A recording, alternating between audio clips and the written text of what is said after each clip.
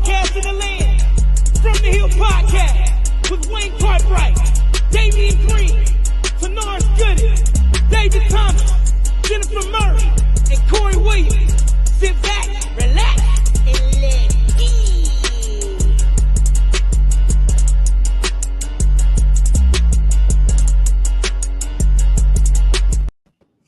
Good evening, ladies and gentlemen. Welcome to another spectacular broadcast. After taking a week off, we are back. So we have the family here and up. We got a power pack show for you tonight. So let's get into the housekeeping. First off, look off the top of the screen. You can see all the ways that you can subscribe to us. Follow us at our Instagram. Follow us on X. Also follow us and subscribe to our YouTube channel. We also are available on Spotify and also on Apple Podcasts. All right, so here we go. We got some hardware that was handed out for our football team. Terrell Gardner, first team all conference as a return specialist. Congrats Yes. To Terrell Gardner. Also, Mr. Donovan Eaglin, second team all conference as a running back. Yes, sir. Right. Congrats to Donovan Eaglin. Mr. Omari Pate, second team all conference at defensive back. Sophomore. Congrats to Mr. Omari Pate. And last but not least, second team all conference at defensive lineman, Mr. Zarion Hayes. Yes, sir. Yeah. Congratulations, fellas. So congrats are in order for all four gentlemen. Make sure you send them your congratulations on their social media, or if you see them in person. Congrats to these four gentlemen. And then last but not least here, just so you know, we got a double header tomorrow taking place in the event center. Our women, they kick it off at 11 o'clock a.m. against the North Alabama Lady Lions. That will be the annual elementary school day celebration. So there'll be a lot of school children in the house for that first game tomorrow. And then the nightcap will see the Tennessee State Tigers making their trip to the Hill. And they're going to take on the men's team at 7 o'clock p.m. If you have not gotten your tickets, there are ways that you can get them. You will see it across the bottom of the ticker. You're in town, make sure you show up. If you just want to, show up and you got some time, make sure you can check that women's game as well. But going down tomorrow in the event center. And that is our housekeeping for this evening. Those that are joining, make sure you hit that like button early and often. And we're just going to get this thing rocking and rolling here. Our first guest tonight, he's a gentleman that you just heard his voice here on the intro of From the Hill podcast. Some of his notable performances is the Alabama A&M Homecoming, Magic City Classic, the inauguration of Mayor Woodfin, the Essence Festival in New Orleans, Calle Ocho Music Festival in Miami, Colombian Independence Day in Bogota, Colombia. He's also the owner of Bama Elite, which is security for sporting events. And I said before, he was the voice and is the voice of From the Hill podcast intro. Without further ado, ladies and gentlemen, please at this time, please welcome with me none other than Elijah DJ Primetime Smith. Welcome to the show, my Appreciate the invite. You forgot the 256, but I ain't gonna say nothing about that. You know what I'm saying? DJ 256 in the house. Don't forget the 256. Yes, sir. I've been to plenty of places where he does DJ. He always says DJ Primetime 256, and don't forget the 256. That's his thing. Yes, sir. So glad you came, brother. Man, I appreciate the invite, man. When you invited me, of course. It's from the Hill. I'm from the Hill. I already know. Foster Complex. Right. Along with Alabama A&M, man, you serve your school by providing security for the basketball and football events. You DJ events at your alma mater. Tell me why does that mean a lot to you? Talk about that. Man, I just love my people in general, and going to A&M as a student, specifically with ROTC. Man, I love ROTC. I love the military. Anything I can do for ROTC, y'all, please always let me know. But man, just going to the Hill, my first introduction to an HBCU was Alabama A&M. Right, it was Bears You Dare. I ain't gonna lie, I was a junior in high school. My cousin was going to A&M. I got the invite. I went, and I knew where I was going from there. My brother played in the band, and I mean, after I served my time and had the opportunity to come back, that's all I wanted to do. I got the call, and I ain't going nowhere else. I love A&M. I got you. And another thing, man, like Wayne mentioned, you are the voice for our intro. I hit Primetime up maybe sometime last year. Say, hey man, I want to do the intro. This is what I want you to say. Now I didn't think it was gonna come back like it did. He knocked it out off the bat. So like we appreciate that. We get to hear you're not on here every week, but we get to hear your voice every week, man. I really do appreciate that. I appreciate the opportunity, man. I appreciate it. Also, well, first of all, thank you, DJ Primetime 256, for coming on the show.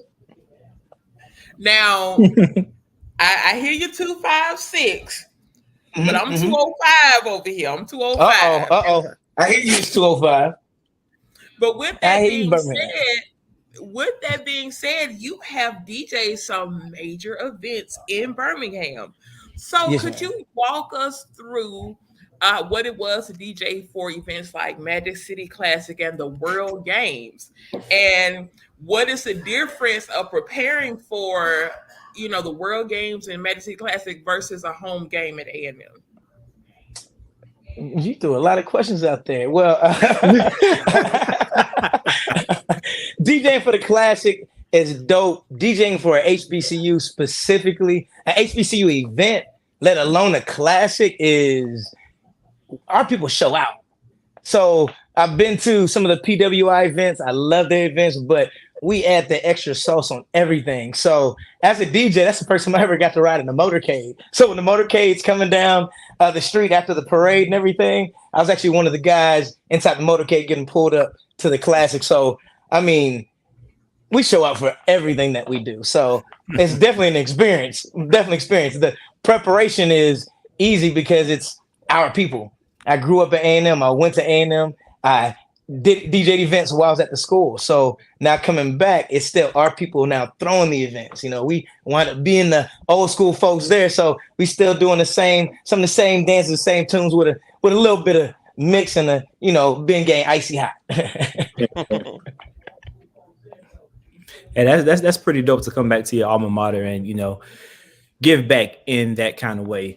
So I was going through your Instagram and I saw something. Make sure I got it right. It's called Reach and Teach. Reach and Teach, yes. Reach and Teach. And I want you to talk to us about that a little bit, because if I gather from what I saw on Instagram correctly, that it's a skill or an interest that you're trying to get young people involved in. So talk to us a little bit about that. So Reach and Teach is a nonprofit. It's a 501c3 nonprofit organization. And ultimately what we do is we get different artists, right? And we want to get the artists to do a concert at the school. The school studies the artist for 8 weeks. So for instance, we've got Dante Pride on. So the school actually studied Dante Pride for 8 weeks. They study his music, everything about him. They learn how to put on a concert, from selling tickets to the VIP booth to actually shooting promotions for the concert. This is actually one of the bands that I play with out there for Reach and Teach. And the students design all this. So the students take part in everything within the 8-week program. We're 19 different states right now, currently on tour. It's a really dope program. I mean, I love to get more schools in Huntsville involved in it, most definitely. And at the end of the 8 weeks, we throw a concert. It's charged for the entire city. It's $20 a ticket for the VIP booth. All the money goes directly back to the school, and the kids put it on. Man, it's a really dope program. And if y'all want to donate to it, let us know. I can put all the information out there as well. It's for the kids. Yeah, so also Primetime, one of the things that I know a little bit about you, but I want you to tell about yourself. One of the things that you mentioned to me, you are ambassador for the city of Huntsville. Yes. That's a big thing. So talk to us about that. So I got selected through a selection process to become a music ambassador for the city of Huntsville. So what I do is let people know about our city as we're on tour. So different places that we go, just letting people know. By default, I let the world know about the greatest college in the world, right here in the 256, Normal, Alabama, by default. But yeah, well, hit me back with your question again, because I started going on a rampage about A&M. I love my school. Hey, nothing wrong with that. We do it all the time. But I'm just saying, I was just speaking. You told us about the music ambassador. Go ahead. So, long story short, so I just get to let everybody know about Huntsville, the different places I go, what we got going in the city, musically and education. Gotcha. And another, just a little Primetime. He and I used to intern at We Up a little bit, and we started. We used to carry DJs back in the day. Used to carry crates. So we used to carry crates in the speakers for DJ John Bum and Chief Rocka when they used to DJ at different places and stuff, man. So I've been knowing him for a long time. Now I've seen this guy DJ from the beginning till now. When I say if nobody is having fun in the party, he is. He's gonna be dancing to his own drum beat. I promise you. Yes. Everybody can be standing around, but Primetime is gonna have the energy. And if you don't have the energy while he's there, that's totally your fault. But man, he brings plenty of energy all the time. And I like watching him DJ along with hearing it. I appreciate it, man. Hey, if you're not having fun, something's wrong with you. Right. And I feel hey, every song I play is a good song. I love it. Exactly. Well, DJ Primetime 256, man, this has been awesome. And I just like to just say, man, thank you for what you've done. I mean, I love every time we hit the intro every week, man. Yes. So we appreciate everything that you do, man, and all that you represent. And man, we just gonna have to when we get on to the next season, every season, how the Cosby Show used to be. They used to have a different theme every single season. So we might have to do that. We're gonna from the Hill Podcast to the world. There we go. I got you. We here. Well, hey man, we thank you, man, for joining us, man. And I'm gonna definitely have to meet you in person someday. So thanks for doing what you do, man. And everybody, that's DJ Primetime 256. Everybody follow him on Instagram. If you see him locally, man, go ahead, shake his hand, and dance to his music, man, because he's lit. Let's eat it. You know what's funny? As I was going through his Instagram, that started playing. I was like, "Why does that sound familiar?" And I couldn't place why that sounded familiar, but makes sense now. Yeah, man. Hey, that's a great thing that he's doing for the kids and for them to learn, the whole business aspect. So people just don't realize how important those things are. So that's a shout out to DJ Primetime 256. He love the kids. Absolutely. Yep. Yes, sir. Yes, sir. Well, our next guest this evening, he is a Huntsville native, keeping with the Huntsville theme of the night thus far. He's a graduate of Lee High School, a 2013 graduate of Alabama A&M University, and he is the new public address announcer for Alabama A&M basketball. And then also, not to be remiss, he has a foundation called Young Men United, creating barrier-free pathways for young Black males in Madison County.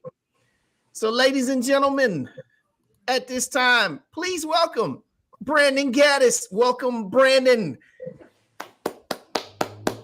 Welcome. Did we lose the sound on you, man? From here. We can't hear you, brother. Can't hear you, man. We can't hear you. So what you probably need to do is log off, log back on, disable the Bluetooth. Yep. If you got a Bluetooth, disable it. Because you got Bluetooth, disable it. We've done this plenty of times. Yeah, we have. Experts at this thing now. Yeah, we experts at this point. Yeah. We already know what the issue is. Right. So we gonna remove you from the stage and then just come back on. And while we waiting on him, what y'all don't want to talk about is, you see how Corey switched the background up on us a little bit. He got the Christmas tree. Hey, I saw that. He got everything going now. Hey, switched it up a little bit. Hey, I'm gonna go say nothing. But I'm saying to myself, like, okay, Corey, trying to switch it up a little bit. Hey, I'm just trying to change the mood. You know, if anybody in the given the time, you know, they can send gifts. You know, right here. I'm sending gifts to everybody. We gotta call you Clory Claus. Clory Claus. Right. All right, let's try them again. All right, can y'all hear me? Yes, sir. All right. I don't know what happened. Y'all just went blank. I promise you, I had it all good. I didn't even touch it. I didn't even have my hands. It's all good. It's all Hey, good. man. Well, we got you. Yeah, we got you, man. So, all right. So, brand new public address announcer. Yes, sir. For Alabama A&M University, man. Just talk to us, man. How did you get in the role? Well, so I started this journey 10 years ago. As you know, I graduated from A&M back in 2013. But also, I want to definitely want to mention, I see Brother Thomas over there, represent Gamma Phi chapter of Kappa Alpha Psi Fraternity Incorporated as well. All day. So I just want to definitely mention that. But well, let me stop you for a second, because I'm Gamma Phi Spring 99. Oh wow, Brother Sick. Oh my God. Yes, sir, he is. We will. Oh, yes, sir. Yes, sir. Yeah, I'm a Centennial line, so Spring 2K11. I had the opportunity to join that awesome fraternity of that chapter at Gamma Phi, but also be a graduate at A&M, proudly being a graduate of Spring 2013. But it started back when I did my internship back at Lee High School. I wanted to try out the PA announcing, and I gave it an opportunity. Coach Greg Brown there gave me a shot, and I wanted to do that part of my internship. And I did the blue and white game, believe that or not. And at first, he didn't really want to do it. And he gave me the opportunity to get on that mic. And I fell in love with it because I used to go to sports games a lot. Started off with the Huntsville Times class. I used to listen to the guy like, man, he bringing a whole nother element to high school basketball. I was like, man, I want to see a brother do it. You know, I want to see us bring a little swagger in it. So I studied that craft whenever I went, and that's how it started back 10 plus years ago, back in 2013 in the internship. That's dope. So, Branden, talk to us about the most recent news that we heard about you, which is the Young Men United program. Talk to us how that program came about. And one thing I'm really interested in is why you think this type of program is important for young Black men today.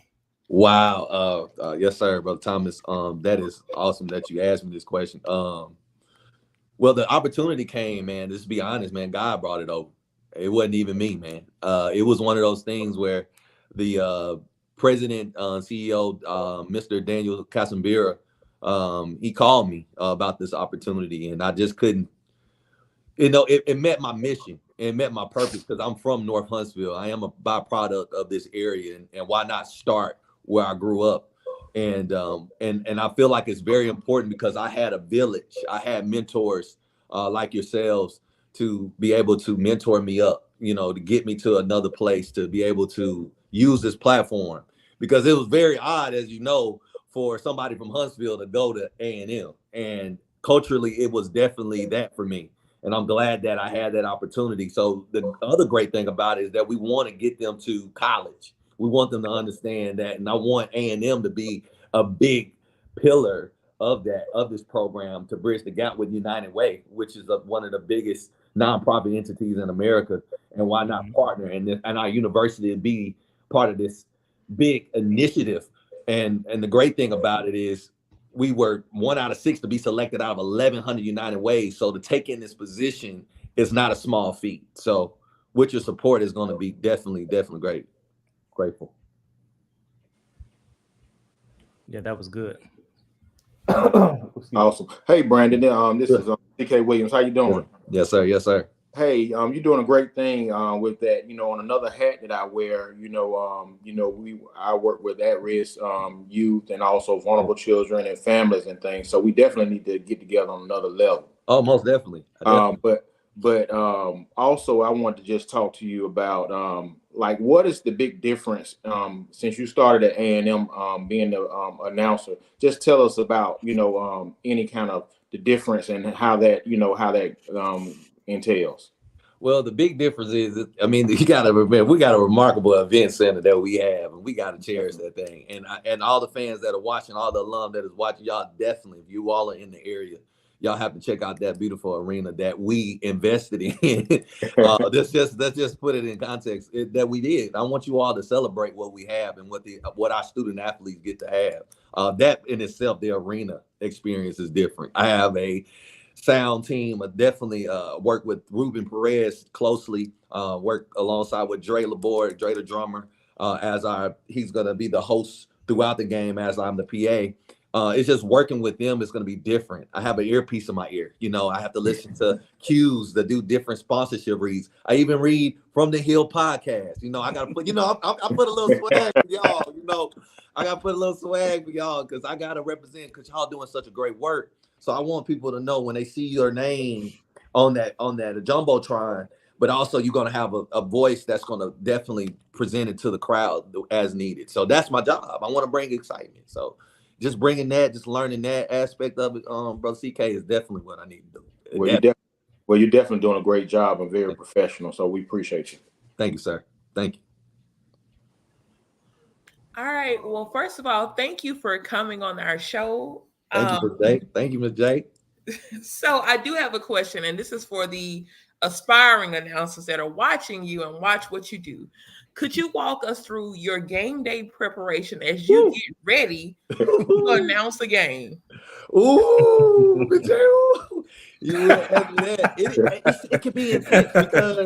it can be intense because you have to wait on the opposing team's roster. You got to get the annunciation. So our team does a great job with sending over the script the day before. I definitely want to get my players, our team players' names and city and location and height and everything right because that matters to them, and that's important to them. That brings a level of excitement, brings a level of momentum. I promise you, it brings a level of momentum. So I always read the game day script. Of course, you all are part of that script. You know what I mean? So I had to make sure that I have my guidelines, my eye structure right, my awareness right. It's so much to it. You have to be, if you're going to do it, you got to be really locked into it. I mean, it's like you're a mad scientist and you got to work 5 different layers at one time. You're going to have somebody in your ear. You got to watch the court. Then you're going to have a producer that's going to tell you to cue you up. Then you also probably going to have to be you're going to have to do some helping with the DJ. Hey, we need to play this music when I do this read because I want to keep the ambiance going with the crowd. All of those factors come in. So it is very important that I get our players' name correct. When they score a basket, I gotta be on point. I gotta be like Alabama A&M University. You know what I'm saying? I gotta put it in. I gotta put it in there with, and then let them know that it's our home court. So I have to have that tone of home court, so our crowd will know that it's our time. Like this is about our kids now. Y'all matter. Y'all don't understand. Y'all matter. So and y'all matter for me. To bring that energy. So nice. So it's just always refreshing to see a fellow Morrison Building Communications alum do stuff like this. Because when I graduated, it was called telecommunications, but now yes, sir. It's called something else now. Yeah, but I like to see us put in the work that everybody thinks is always TV, but you can go about that job in so many different ways. So I'm glad to see you on there. So I don't really have a question. My thing is tomorrow we play UNA at 11. We play Tennessee State at 7. Get us hyped. Why do these people need to come out and support the Bulldogs tomorrow, bro? First of all, you have the 11 o'clock game. I mean, that is in itself is going to bring in the community. We're bringing in the local elementary schools to come check out a game at our new beautiful Alabama A&M University Event Center. That's one thing. Bring your child out to the game. It's during the game. I believe they're going to have food and everything for the children. It's during the lunch hours. They're playing against UNA, a big-time cross rival in Florence, Alabama. It is great for us to come and support, especially the elementary school levels. I believe they're supporting the North Huntsville City School zones for this game. So, I mean, this is definitely exciting for that part, and definitely 7 p.m. y'all. Please do not allow Tennessee State to outshine us tomorrow night. We need to represent as alum for real, as fans, the community to represent and fill up this arena. It's 6,000 seater. 6,000 seater. Let's fill it up. I mean, why not? It's a weekday. Yes, let's support. You know, let's let it shine. It's tomorrow is the big game against Tennessee State. We need to represent. We are not gonna let the Huntsville alumni chapter Tennessee State outshine where we stand. Because they gonna try. Right. I mean, we have to be there and represent. It is very important and vital. Right. Very important. Let's go. Represent. Let's go. Hey man, he said it better than I could. Man, you know what I'm saying? I'm passionate about A&M, y'all. Y'all don't understand. I mean, it means so much to me, y'all. I mean, just seeing it growing up. I lived off of Winchester or Ortega Circle. So I used to hear the band practice. You know, I used to see the lights when, you know, all our great coaches that came through, our great athletes like Jeremiah Bonds, the Luke brothers. You know, I remember them. I remember them days when we came home with the SWAC championship in 06. I mean, come on. I remember Robert Mathis. Come on, y'all. I mean, I remember seeing John Starworth come around and talk to the rec centers. I played at Lakewood. I mean, it's just embedded in me.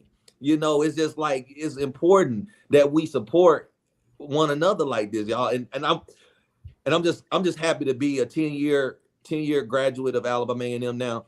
I'm just excited just to see our alumni coming up and trying to bridge the gap. And I appreciate what From the Hill podcast is doing.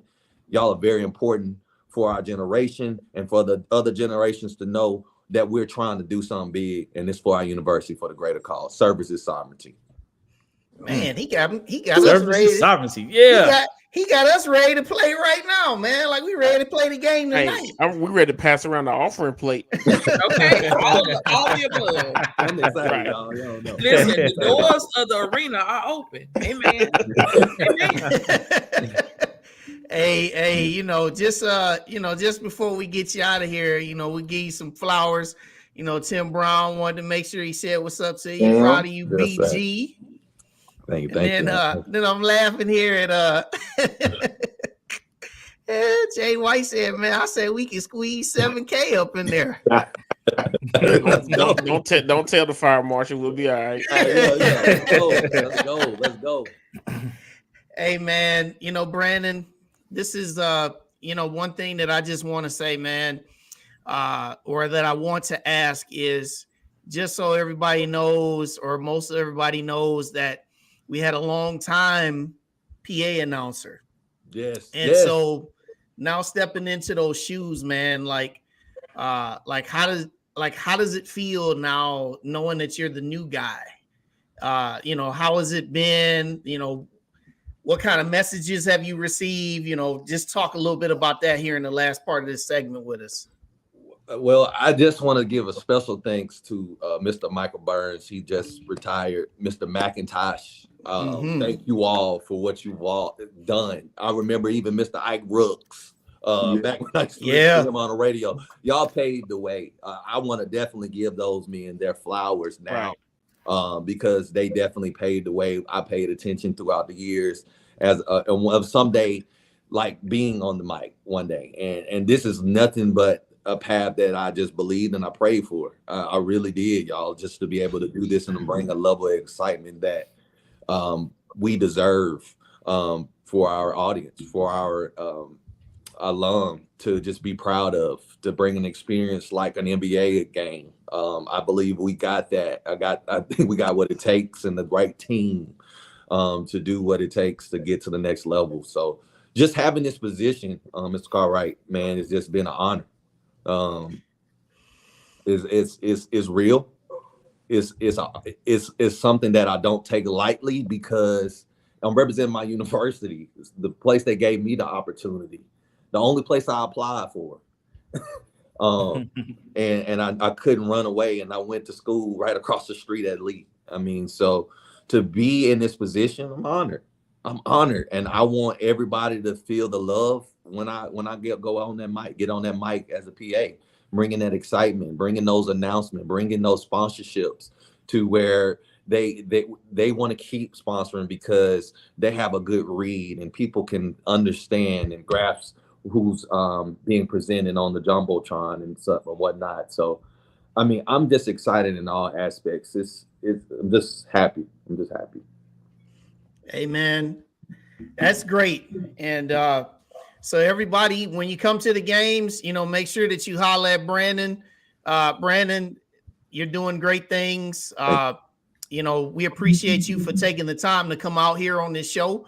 And also, man, we just thank you for just putting the emphasis and making sure that you announce us proud at those games, man. We appreciate that. From the Hill Podcast, y'all better understand. From the Hill Podcast, you know what I'm saying? I'm gonna do my thing on that live mic for you. So that I want to definitely represent y'all, and I hope that I represent y'all proudly. So that's my goal, and that's what we're about. Alumni helping one another. We about togetherness, y'all. We're stronger forever if we together. I promise you, and that's what we about. So, no matter what Divine Nine you in. It's just all about love. No matter who you are, if you the nerd, if you whatever, it doesn't matter. It's about what university gave us the opportunity. Start here, go anywhere, right? And yes, sir. And I definitely want to say this before we go, Brother T. Gooden. I don't know if you know this. I gotta brag on my brother Craig Mitchell. If y'all did not hear him, he was on the CBS feature on the Thanksgiving game day. His voice was heard at the game day feature on CBS Sports on Thanksgiving Day. He is also an A&M grad, and he also is a member of Gamma Phi 2K10. So I just want to definitely let y'all know that he did a great job on that. And then he also is the voiceover as well for other venues in Brooklyn. So nice. Definitely. So representing in the telecommunications, communication arts, Right, that's what they call it now. Telecommunications and marketing. I think he was in the business department, but representing well at A&M, y'all. So just definitely be on the lookout for that. Nice, man. Yes, sir. Well, he's Branden Gaddis, and he is the brand new Bulldog basketball PA announcer. Also has the Young Men Foundation there in the city of Huntsville. Yep, United Way. Branden Gaddis, 2013 A&M graduate. Thank you for being on with us tonight, man. Thank y'all. Much love to you. Appreciate y'all. Much love, much success to y'all. Thank you. All right. That is Branden Gaddis, y'all. Awesome, good stuff, time. Man. Yes, stuff, Branden. Yeah, good stuff. I appreciate when we get the guests that show their passion through the screen. You can definitely say he's passionate about what he does and about A&M. So I just love that. Hey, that's one thing real quick, man. Since we've been doing this podcast, Gamma Phi been coming on here representing, man. What y'all raising them right? What we do. That's what we do. I see you, Gamma Phi. That's what we do. Firehouse.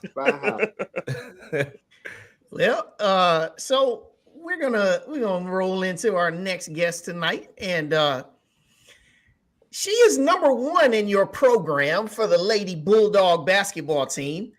Now, this is a very special area, close, near and dear to my heart, from South Euclid, Ohio. That's up by my hometown in Cleveland, Ohio. She stands at 5'10", a sophomore forward. Ladies and gentlemen, would you at this time welcome with us none other than Asia Nicholson? Hello, Asia. Hi, everybody.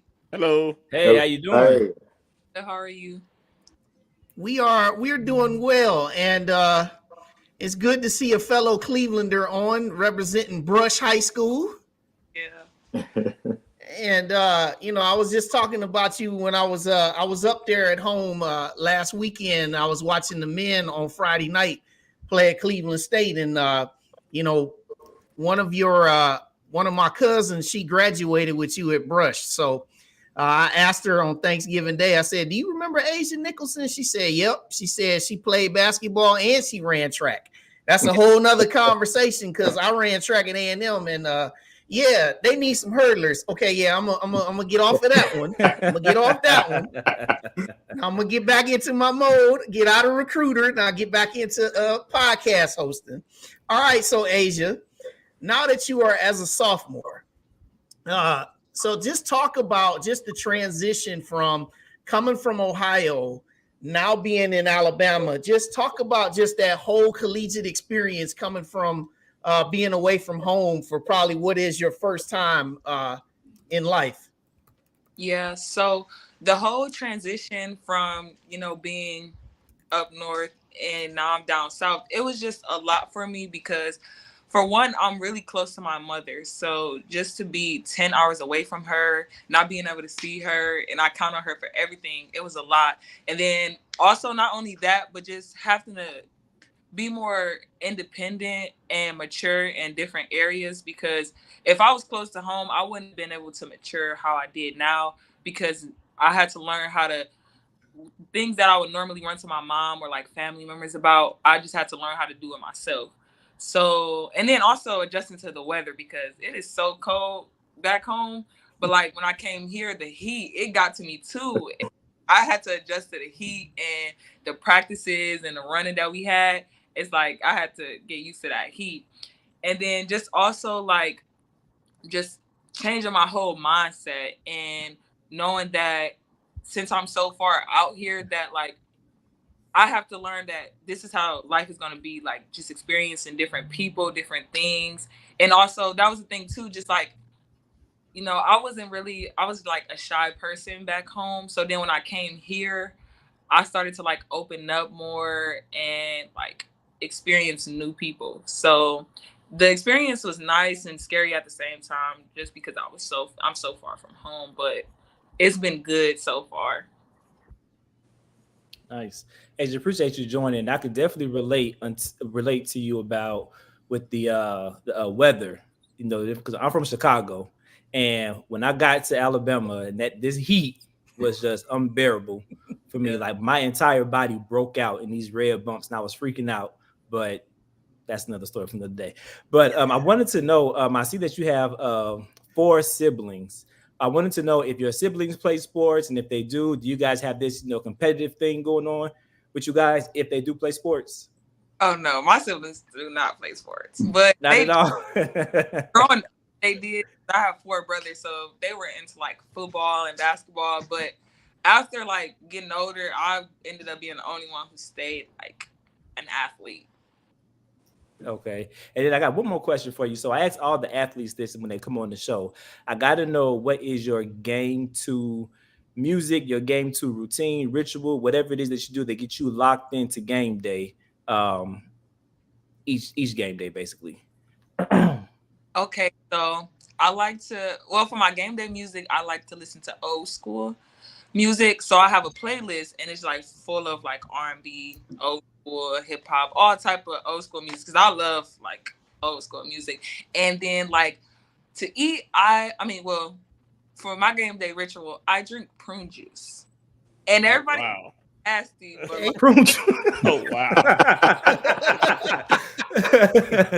Okay, talk to us about that. Talk to us about the prune juice. because the prune juice, you know, it cleans your body. Like, it's really nasty. So then after that, I would eat like an apple or something because it's so nasty. But like, I would drink prune juice, clean my body. So then, you know, I don't go into the game sluggish or anything. So I do that, and then like eat a fruit or something like that. Like, not put nothing heavy on my body. And I've been doing that since like middle school. Yeah, everybody just think it's nasty when I tell them. Appreciate you sharing that. Hey, Asia, thanks for joining us. No problem. Hey, I think if I had prune juice, I might not make it to halftime. Right. Exactly. But on a serious note, transitioning from high school to college, what's the big transition as far as transitioning from high school to Division I basketball and also playing for Coach Richardson?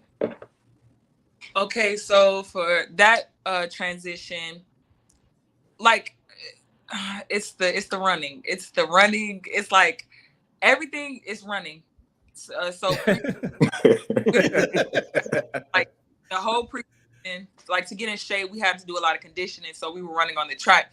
And like for me, back in high school, I was running track and playing basketball. I was already like doing more than like just the basketball stuff. So the running didn't really get to me, but it's like and then okay, so it's like I get in my head a lot sometimes because I'm hard on myself. So when I was coming here, it was like I was so nervous about making mistakes that like when I did make the mistake, I was like down on myself about it. But for high school, like I was just going into it like, okay, like I got this, like, because I was one of the top players in high school. Then you come to college, especially on a Division I level, you notice like you're not the best player anymore. Everybody around you are good. Like your position, the guard position, like just everywhere on the court. So for me, my mindset, especially coming into my sophomore year, because my freshman year, like I was like filling out everything, and like I was feeling the mindset of like, oh, I just came out of high school, so I'm just still thinking like how I did in high school.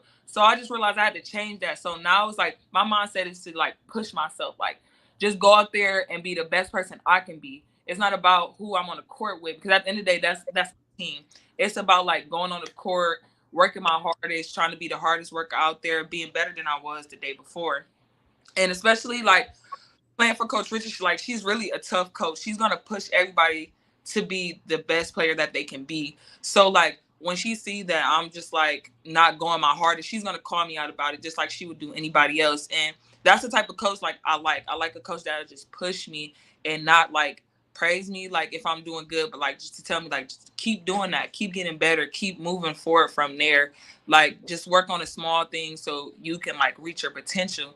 And just like high school, it's not easy anymore. Like high school, you can just go into the game, they roll the ball out, you just play. But now it's like you have to be smart. You have to go hard every second you're in practice so you can transfer it over to the games. Awesome. Hey, that's a good mindset to have. To get better every day.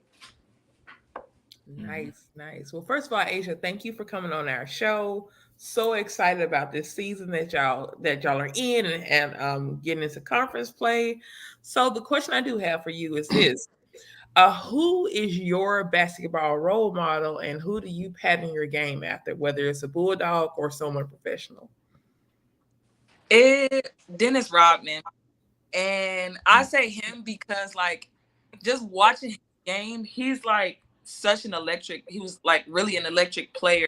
Like I know like my role for basketball is like mainly rebounding, like just snatching boards, bringing energy, and just having a mindset like if I'm high on energy, everybody around me will like get on that level too. So like just watching him play, he was bringing energy on the court, and like I like to be that type of player. Like if like we're down in the game or the energy is low, like I want to be the one to like spread the energy and have everybody going. So, and then like his game, he was just everywhere on the court. No one could stop him. He played good defense. He grabbed every board. He was finishing, and he was just like, he had great sportsmanship, and he was just a team player. And that's who I look up to because that's the type of player I want to be.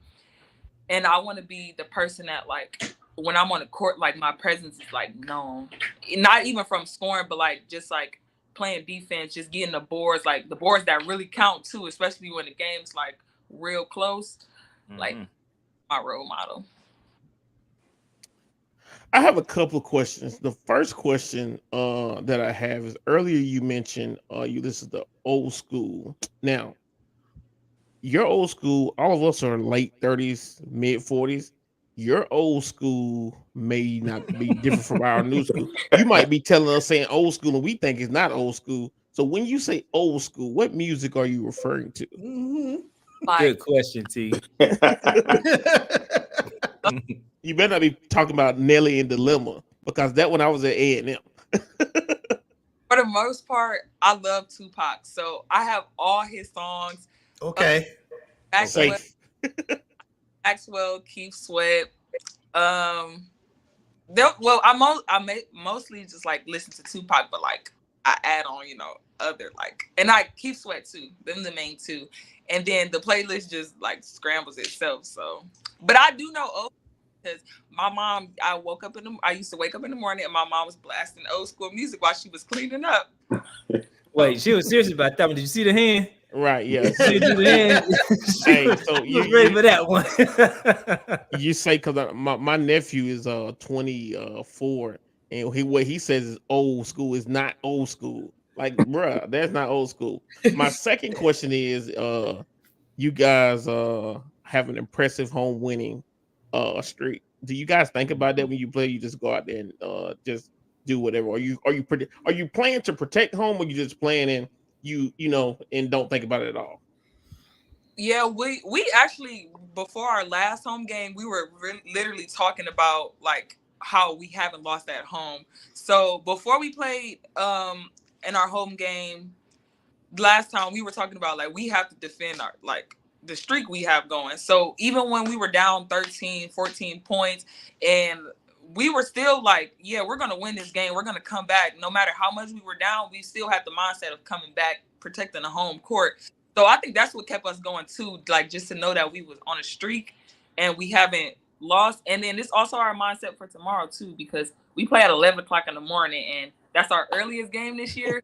And we were just talking about it. It don't matter. We have to wake up with energy. We have to start like first thing in the morning, wake up with energy, transfer it over to the court, and keep the streak going. Because we know, we keep that in our mind. Like we're not gonna streak to anybody. Even if we're down 20 points, we're gonna come back. But it's confidence in like our team too. Like you have to have that confidence. Like no one's gonna come on our court and give us an L. That's how our mindset is going into the games.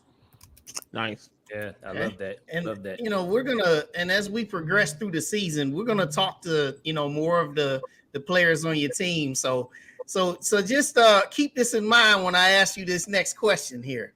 All right. Now, on your team, who would you say is the biggest trash talker? Hold on. Let me see. Like you saying in the games? Just like, period.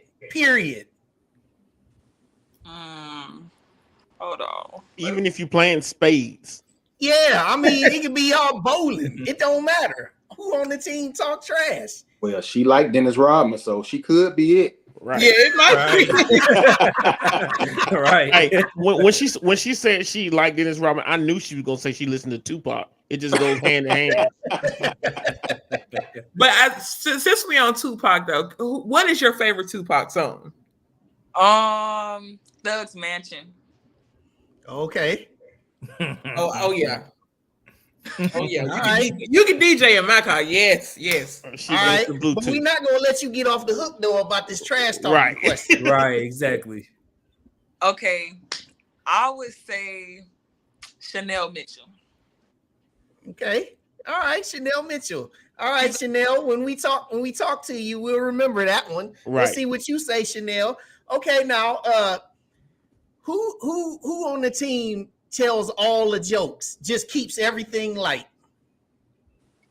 Kayla Turner. She's the comedian. All right. Now we're gonna put Coach Richards on the spot for a minute. All right. Give us your best Coach Richards impression. Give us one. Okay, I got you. Okay, so just imagine the team talking on the sideline and she trying to coach. Hey, quit all that laughing and joking and playing around and pay attention. You right now. You got a game in 3 hours. Nice. I can picture that too, man. Like when I'm watching the live stream and I see her and she stumped them heels down on the court. Right. Yeah, Coach Richards is intense on the sideline. Yeah. She just as fun to watch as the game, to be honest. Right. All right. Okay, now more serious question. All right. So besides our event center, all right, what is the coolest arena that you guys have played in according to yourself? Ooh, let me see. I would say I would say for me, Southern, when we played Southern, and I would say that because like their gym is just really nice and they had a lot of food at their concession stand. That's cool. All right. So here's a question from our guy. All right, for you. How did you get to A&M? So with this, I'll just kind of just talk about like the recruiting process and when you decided and what made you pick A&M. Okay, so I've always wanted to be at an HBCU to like, you know, get the experience and just like to see what like it was gonna be like. So when I was like thinking about it, I was like, and I also wanted to be like further away from home. So I already had talked to my mom about like when I go to college, like just being far away, because at first I was like, no, I just can't leave my family behind because I wouldn't know what to do with myself.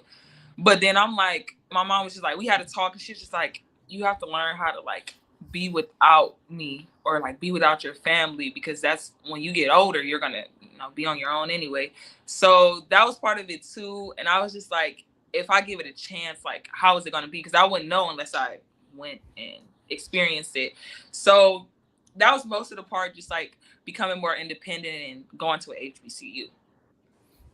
All right. And, like the way Coach Richards, like when I met her, like she just told me like she already had to, like she would tell all her players like she's a really intense coach. She's like hard on her players. She's not like the coach like, oh yeah, it's okay. She's not gonna let none of her players be soft. So she had told me that when I was on the phone with her too. And like that's the type of coach you want to, well, in my personal opinion, like I want to play for, like a coach that's just gonna push me, like not gonna be easy on me because they know what my potential. So all right. Well, Asia Nicholson, we know you have that game tomorrow.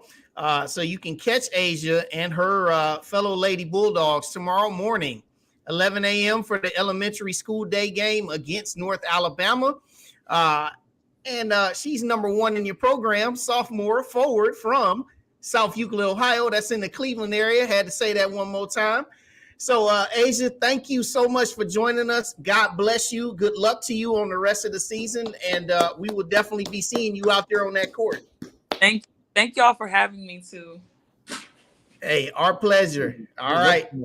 God bless you. We'll see you later. Show out tomorrow. Y'all got this. Y'all got it. Drink too much prune juice. Prune juice and Tupac.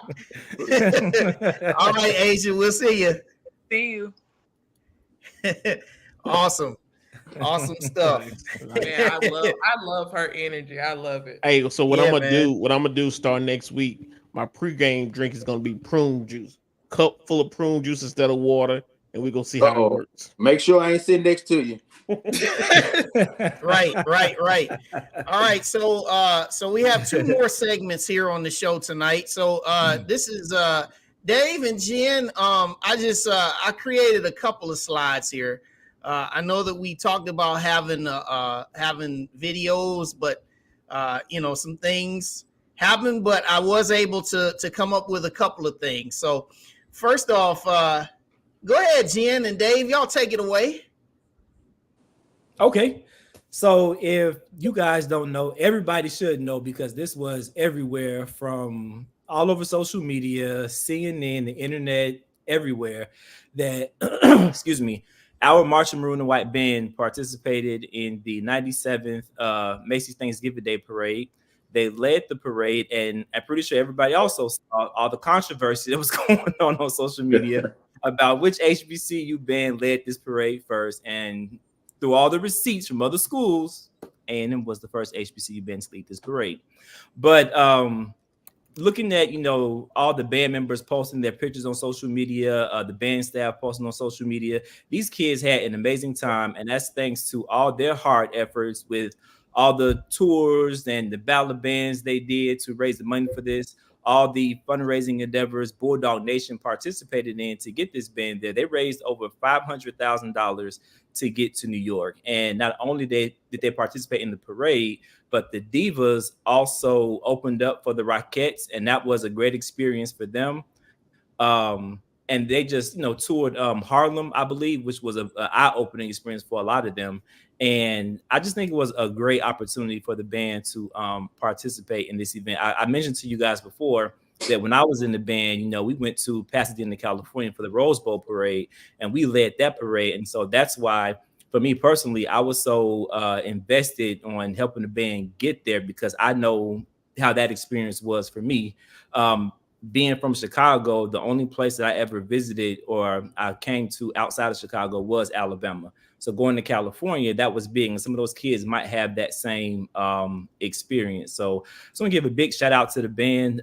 They made it on the Sherry Shepherd show as well. And she had a little hiccup on her show, and we had to let her know, hey, Auntie Sherry, thanks for the support, but the school is Alabama A&M. She was calling us Alabama and University of Alabama, or Alabama University, something like that. But she got on her show today and corrected herself and dropped a little bit of history about the university. So kudos to her and shout out to her. But Jen was actually there, so I'll let Jen, talk about her experience while she was there. All right, y'all. First of all, I'm gonna try to get through this without getting emotional. That's how much. Okay, Auntie. But seriously, that's how much this trip was to me. Just a little background about myself. And I know people can relate to this because sometimes when you lose loved ones, the holidays is just a little rough.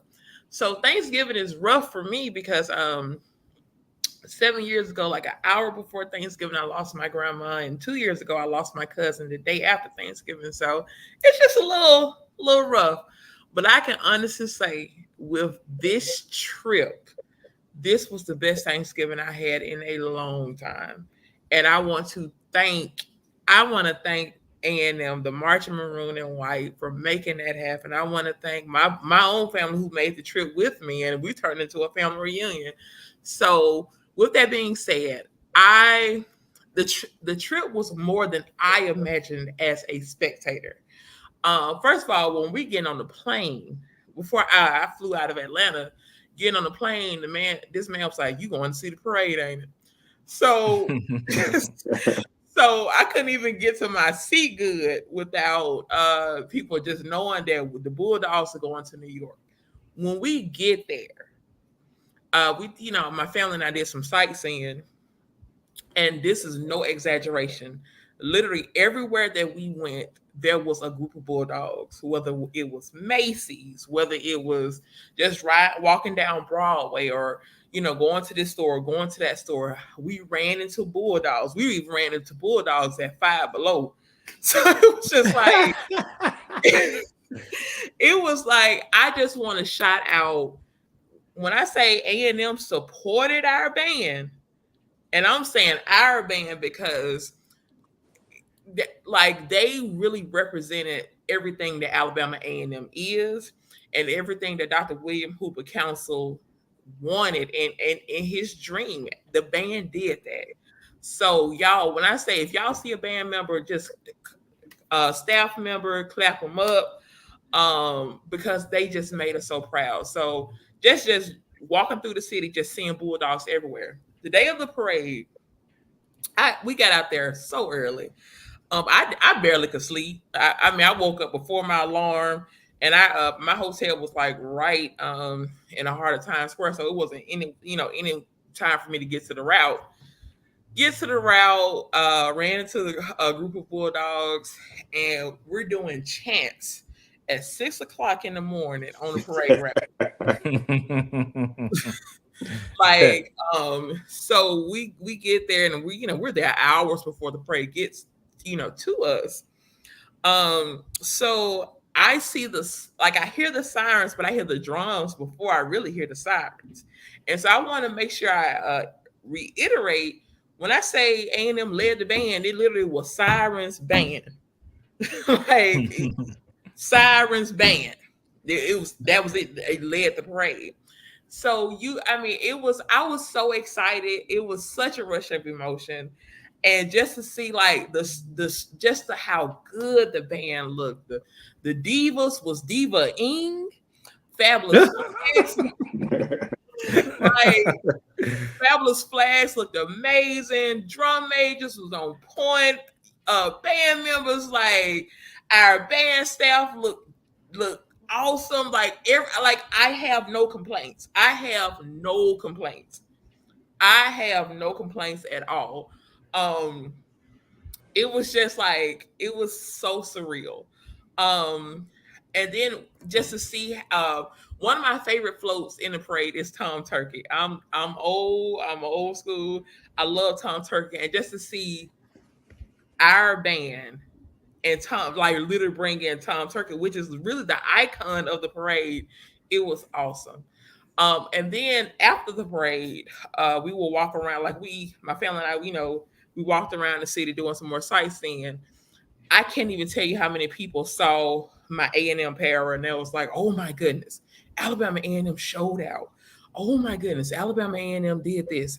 Alabama, oh, they sounded amazing. You with Alabama A&M, you better tell your band you did good."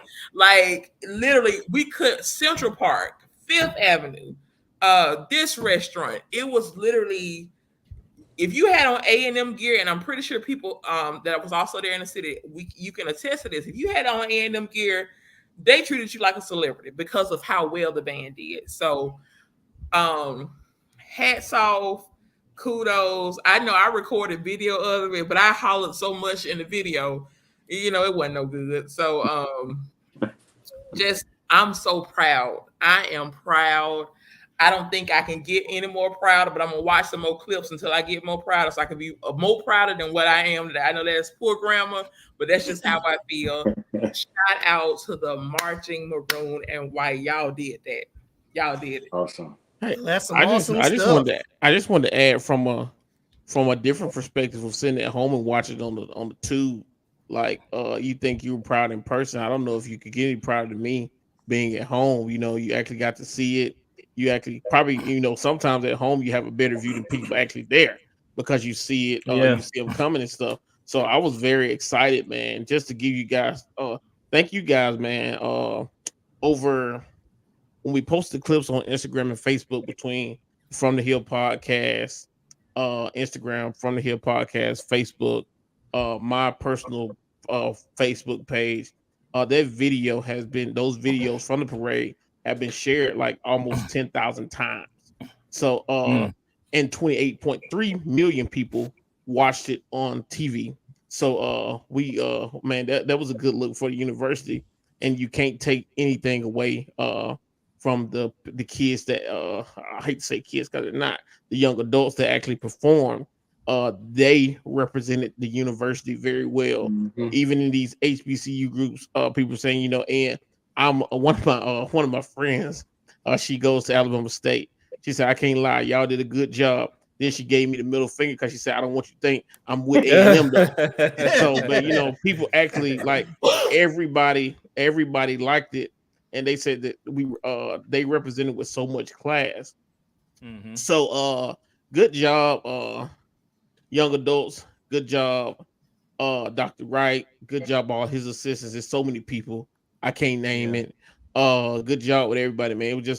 I was proud to be a Bulldog. I'm always proud to be a Bulldog, as most of you guys know that. But I was definitely proud to be a Bulldog on Thanksgiving morning. Got the videos on my phone. They're not going anywhere. Every time it comes up every year, I'm going to share it as a memory. Y'all make sure you go to our Facebook and Instagram pages to watch those videos. Save them. Send them to somebody. Share them. They're going to always be there. But again, thank you, Marching Maroon and White. Thanks for everybody that supported to put my university on a pedestal. Even I know it was a comment about the city of Huntsville. I mean, they may have not done anything in the past, but they were sharing and putting everything on social media just the other day. So everything that everybody did last week helped propel our university. So any publicity is good publicity, and we got all the good publicity last week. So man, again, I'm forever indebted to that band. If I had $300, I'd buy all y'all a $1 cheeseburger. Hey T, I do want to say the Marching Maroon and White made history, but everybody who's watching From the Hill podcast and everybody who watched it on that particular day, everybody made history because it's the most watched May 6th Thanksgiving parade in its history, and we did. Yep. I'm glad you mentioned that, Corey, because I was just about to say that parade brought in, because I wrote it down, 28.5 million viewers on that Thursday, which is 6% more than what they had last year. So I know A&M participating in this parade, Bulldog Nation watching, everybody else from the HBCU community watching to see what Alabama A&M Marching Maroon and White was going to do, contribute to that. So kudos to everybody. Man, another thing, I don't know whose idea it was, but all of us kind of knew we were going to be in the parade, but it opening with John Baptiste, I think that was a surprise to everybody. So I absolutely just for that reason, I now have that song on my phone. It's called "Worship" by John Baptiste. That was an awesome performance. That caught everybody by surprise. Like, oh, we doing this too, oh, my brother. right? So that was very nice. Yeah, it was pretty awesome, man. I mean, I watched it with my parents, and you know, I actually had to tell my dad to be quiet because he wanted to ask questions about the band in the middle of the performance. I turned and I said, "Really?" Now, shout out to my dad. Love you, Wayne Sr., 75 years old. Love you. But I was like, "Really? You gonna talk now in our moment?" But yeah, man, it was awesome, man. It was awesome, and it was a proud moment for our university. Unfortunately, you know that there were a lot of people who showed their ASS on social media, you know, but while you were showing your behinds on social media trying to be a hater, we still were getting the headlines, and they're still rolling in right now. It's all HBCU love. Nobody is trying to outdo everybody, but when we have a moment for HBCUs, we got to take advantage of it. And so this was a proud moment, not just for Alabama A&M, but also for HBCUs, because now a lot of people are starting to pay more attention to HBCUs because they saw us leading the parade. So it's going to be a proud moment. I know we got to get to the next segment. It's going to be a very proud moment when HBCU being on a parade is not a big deal. Absolutely. That's what I'm looking for, when it's not a big deal anymore, because it just happens all the time. All the time. And again, lead the parade. Right. Yep. We did lead that thing, though. You know what I'm saying? Yes, we did. Just so y'all know, we did. I'm gonna let you know that now. Yeah. All right. So, all right. Now, we getting ready to roll into the last segment of the show. We fumbled this thing for, I think, maybe 20 consecutive weeks. Yep. We probably gonna get ready to fumble it again, but we gonna try it. All right. As the choir gets itself together. At the count of 3. 1, 2, 3. Shout out to Rita. Okay. I guess that'll work. Yeah, that'll work. All right. So this is the Rita segment. And just so everybody knows, we are getting ready to roll into our game pick segments. Now, we know we got the SWAC championship. That'll be the last one that comes up here on the screen. So we just want to make sure that with it being championship weekend, we made sure that we got all of the championships of major college football involved. All right. So, yep. Now, let's get it started. As we always do, everybody make the picks in the comment section. All right. So we start with the Conference USA Championship. New Mexico State, who upset Auburn. Sorry for Auburn. Sorry. Some of them still licking their wounds down on the plains. New Mexico State will travel to Lynchburg, Virginia to take on an undefeated Liberty. Liberty is ranked in the college football playoff poll. And this is a big game for them because if they win and somehow Tulane falls, and you'll see them coming up, Liberty has a chance to be the highest ranked group of 5 conference champion, which would put them into the New Year's 6, where they would get a major bowl bid. So, Corey Williams, what do you got here? Man, it's a lot of pressure on Liberty. And so, hey, I'm going with the underdog. I'm going with New Mexico State. They went into Jordan Hare and upset, and I think they'll go into Liberty and upset them. All right, Jay the Great. I think Liberty is going for history, so I'm going to go with Liberty. All right. Is Dave with us? He got himself on mute. Yeah, Dave, you there? Go ahead. Yeah, I'm going with Liberty. All right, T. Gooden. All right, so New Mexico State went to Auburn and beat Hugh Freeze, correct? Yes, he did. Hugh Freeze used to coach at Liberty last year, correct? Correct. Yeah, so this is the battle of the Hugh Freezes right here. But I'm going to go. I think New Mexico State is going to have a good game, going to come out strong. But I'm going to go with Liberty on this one. I think Liberty will be 13-0 at the end of Saturday. All right. I'm going to go with, and that's good, man, coached by Yeah, he's coached by Jerry Kill. Yeah, Jerry Kill used to coach Minnesota. You know what, man? I like the Aggies, but I think Liberty's gonna win, and they'll be 13-0, and they'll probably be playing in all bowls. They'll probably be playing in the Cure Bowl down in Orlando, which kind of sucks that you be 13-0 and playing in the lower tier bowl, but they will be 13-0. Give me the Liberty Flames. Right. Pac-12 championship. Man. Okay, now Washington is now number 3 in the playoff poll, as well as Oregon is number 5. Now, this is a rematch. About a month ago, Oregon went up to Seattle and they battled it out, and Washington won 36-33. Washington, over the last 5 games after that, has won every game by single digits, and they've been escaping. Meanwhile, Oregon has just been completely blowing teams off the map. All right, T. Gooden, who you got? Man, okay. Now, just FYI, every pick that I make is gonna be biased toward Alabama being top 4. Just FYI, I'm just gonna put that out there. I don't think this one matters though. So, that Bo Nix, man, ever since he left Auburn, he's been doing a great job. Bo Nix has been playing like Peyton Manning over there in the Pac-12. So I think Oregon will defeat Washington and be 12-1 Saturday. I'm going to go with Oregon. All right, Dave. I enjoy watching Oregon play, so I'm going to go with Oregon. Jen.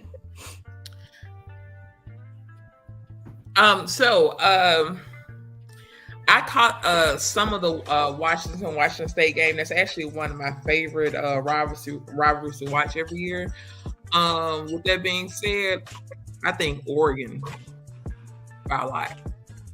Oregon by a lot. I'm just saying Oregon now. That's my opinion. If they don't win by a lot, don't take my points. But Oregon. Okay, Corey.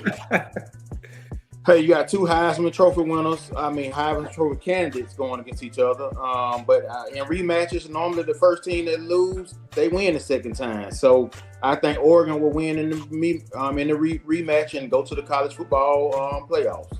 Yeah, I agree here. Washington has been getting by. Michael Penix Jr., very impressive quarterback. Also, Rome Odunze, he's projected to be a top 5 pick in the NFL draft on Washington. He's the wide receiver as well.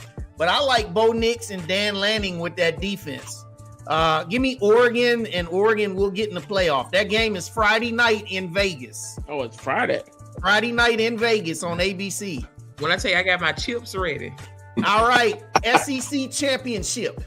Okay, now, Georgia has been rolling now.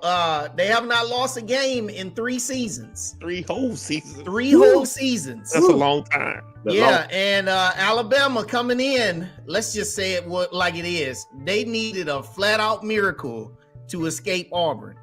Now, this game for Alabama, winning this game gives them a better chance of getting in the playoff. It's the only chance they can get in the playoff. Georgia, they want to close this thing in style. You know they hate losing to Alabama, just like Alabama hates losing to Georgia. Saturday afternoon, 4 p.m. Eastern in the Mercedes-Benz Stadium down there in Atlanta. Corey Williams, who you got? Man, this is going to be a battle of teams, but I'm going to tell you, it's just something about that Kirby Smart that it's just something whenever I listen to him, it's just something the way he gets his team to show up. And hey, I just think Georgia Bulldogs is just a better team. And I think on this stage, and I think, hey, they're gonna put. I think Alabama gonna come to play. They're not gonna play again like they did against Auburn, but Georgia will come out victorious. All right, Jay the Great. Alabama. No surprise there. Yeah, no surprise, Dave. I agree with Corey. I think Georgia is the better team, but I'm going to go with Georgia. Also because my brother is a huge Georgia fan, and if I picked Alabama, he would not let me hear the end of it. So we're gonna go with Georgia. T. Gooden, we already know, but let's hear it. Yeah, okay. I'm not gonna say it because you already know. So Georgia has won 3 years straight, which is very impressive. Like, I'm sorry, not 3 years straight. They hadn't lost a game in 3 seasons, right? Alabama is 11-1, which is not bad. That's a good team. I'm going to go with Alabama. Simply one of the reasons why is because I'm an Alabama fan, and Alabama doesn't lose to Georgia in the SEC championship. 3-0, like they may beat them any other time, but they always go to Atlanta in the state of Georgia and win the game. I think it's gonna be close though. Hope it's not close like last week, but I think it's gonna be close. I'm saying 24-21 Bama. Okay, yeah. Well, you just said the cardinal sin words of on this show. You never say that a team doesn't lose, and you just said it. Georgia will win this game, and they're gonna put to rest a lot of frustration. It'll be close, but I got Georgia winning this game. I say teams lose every week here. It don't matter. I don't play. All right. Big 12 championship. This one's in Arlington, Texas, high noon on Saturday. Okay, Oklahoma State. They did not play against Texas during the regular season. Texas, they are ranked number 7 in the playoff rankings.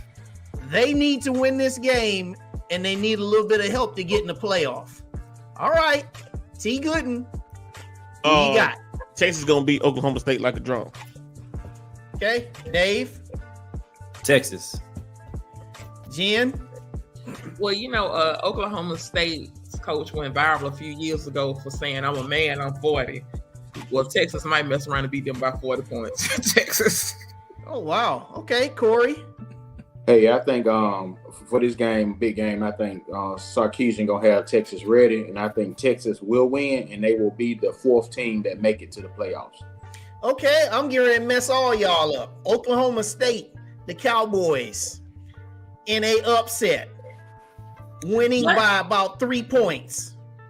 Like I said, they didn't play each other during the regular season, but every time the Pokes play the Longhorns, they play them tough.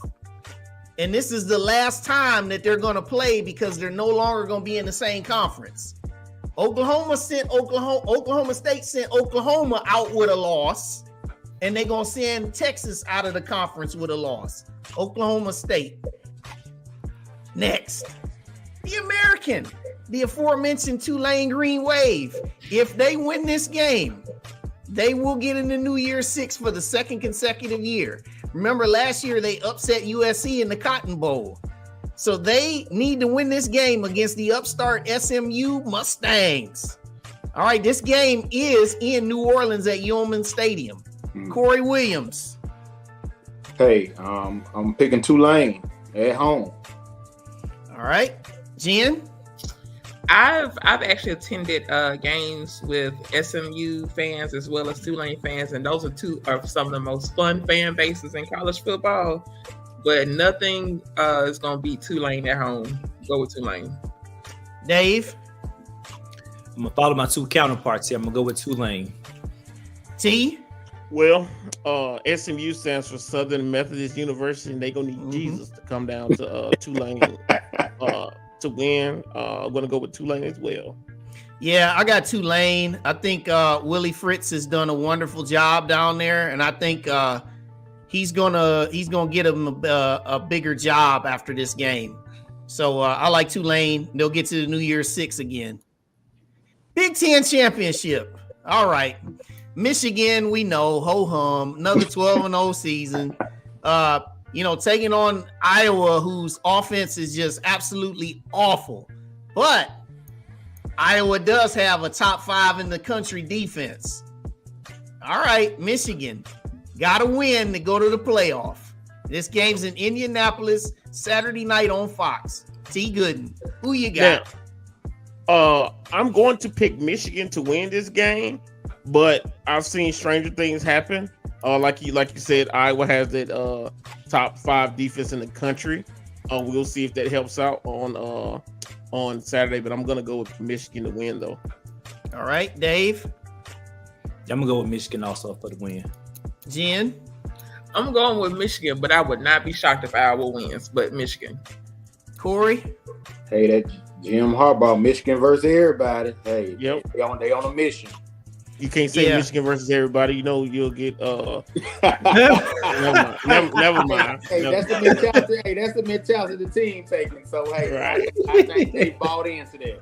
Hey, Michigan, I think is gonna spank Iowa, man. I think their defense will keep them in the game for maybe a half, but I think second half they're gonna wear them down. Like I said, Iowa, they struggle to score, man. Michigan by a lot, probably by at least 3 scores. All right, ACC championship, Florida State undefeated, now sitting in the 4th spot, taking on Louisville, who just got upset by their in-state rival Kentucky. But this is a whole nother week. Louisville has never been to the ACC championship. This is their first opportunity to do it. Florida State with everything on the line with a backup quarterback. All right, T. Gooden, who you got? This is Louisville's first time going, and they're gonna get their first loss. Florida State. All right, Dave. Yeah, I'm gonna go with Florida State also. Jen. Florida State. Corey. Although I hate for them to win because in the playoffs they're gonna get blowed out. But the Florida State, I think their defense, they showed against Florida, their defense can win them a game. And if they defense show up, I think Florida State defense will win them that game. Now, here I go again.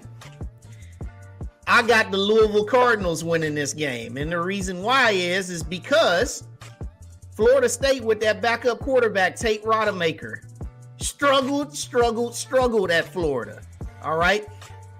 If Florida wasn't playing with a backup quarterback also, I don't think Florida State escapes the swamp. This is a neutral field in Charlotte.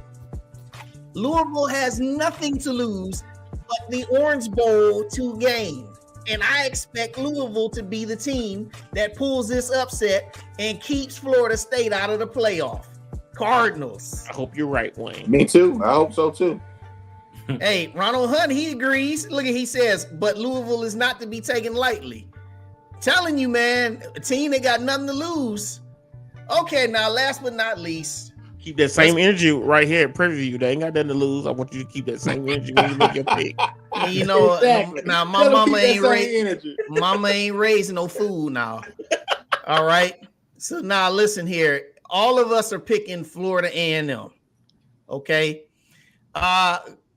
T. Gooden, is there any chance that Prairie View could keep this game close in your estimation? Yeah, there's a chance because when you put two teams on the field, the SWAC offensive player of the year could actually come out there and stink up the joint. And I'm talking about Musa, the quarterback for FAMU. He won SWAC offensive player of the year. Oh, you know, we saw him play. I mean, what's the young lady name from Florida A&M that was on here? Tashay. Tashay, she even knows how the quarterback plays, so it's not a surprise that he could come out there and go left. That's possible. So that's the only chance. But like you said, you know who I'm picking. Okay. Corey, what do you think, man? Hey, you know, it can go either way because it may rain, it may be a storm down there, and you never know how the ball may roll. Right. Tallahassee, but the home field, Florida A&M at home, and a sold out crowd. I just don't think Prairie View can score enough points. Do I think they're gonna come out and compete? Yes, I think they will be ready. They're gonna be locked in because they think it's them versus the world. And so they'll be ready, but I think that home field and Florida A&M defense, I just don't see them losing at home. Yeah, now, when they played each other back on October 28th, it was 45-7 Florida A&M. And when I did another show, I had said that Florida A&M would beat Prairie View that day 38-7. I was almost right with the score. And the reason why I said that at that time was Prairie View, if you force them to be a passing team and shut down their run, that's where they are at their most vulnerable. I think that Florida A&M, they'll probably come out in the beginning, probably nervous, a little shaky. And I don't think it'll be 45-7 like it was last time. I see it being a little bit closer. I see this probably being like 31-14 this time. But Florida A&M's going to win this. And they'll get on. Time out. I missed it. Maybe you said it. You said 31-14 is close. What was the score the last time? 45-7. That ain't that much closer, Wayne. Okay, 28 before. I mean, 38 before. And I'm saying 17 this time. Closer. Yeah, okay.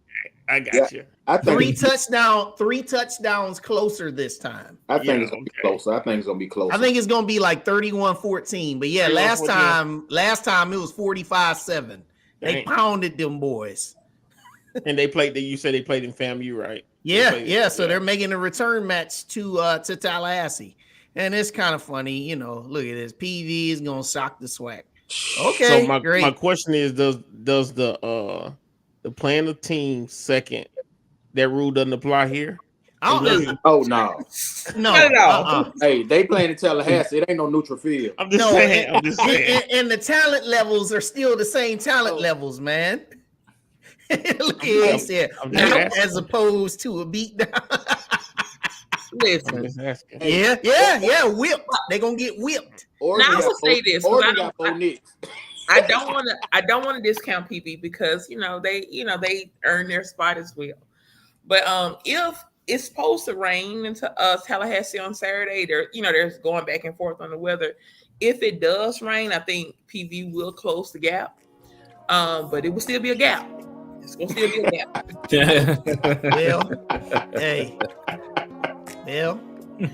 That's all I can say on that one.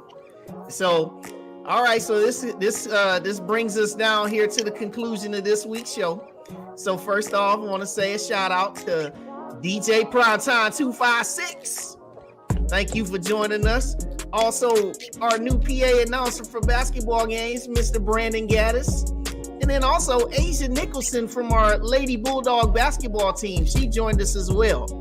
And then you saw all of our picks. And then also we shouted out the band because we're going to be riding that high for quite a little while, y'all. So next week we will be back with a whole new show. We'd like to just say thank you to everybody that tunes in week after week. Also, those that will watch this on replay, make sure you hit that like button and also hit that subscribe if you had not already done so. So next week, we'll be right back at the same time, 8 Eastern, 7 p.m. Central. All right, for Jay the Great, Mr. Corey C.K. Williams, Dave Thomas, and Mr. T. Gooden, I am Wild Wayne Cartwright. I'd like to thank y'all for joining us once again, and we'll see you next week. Good night.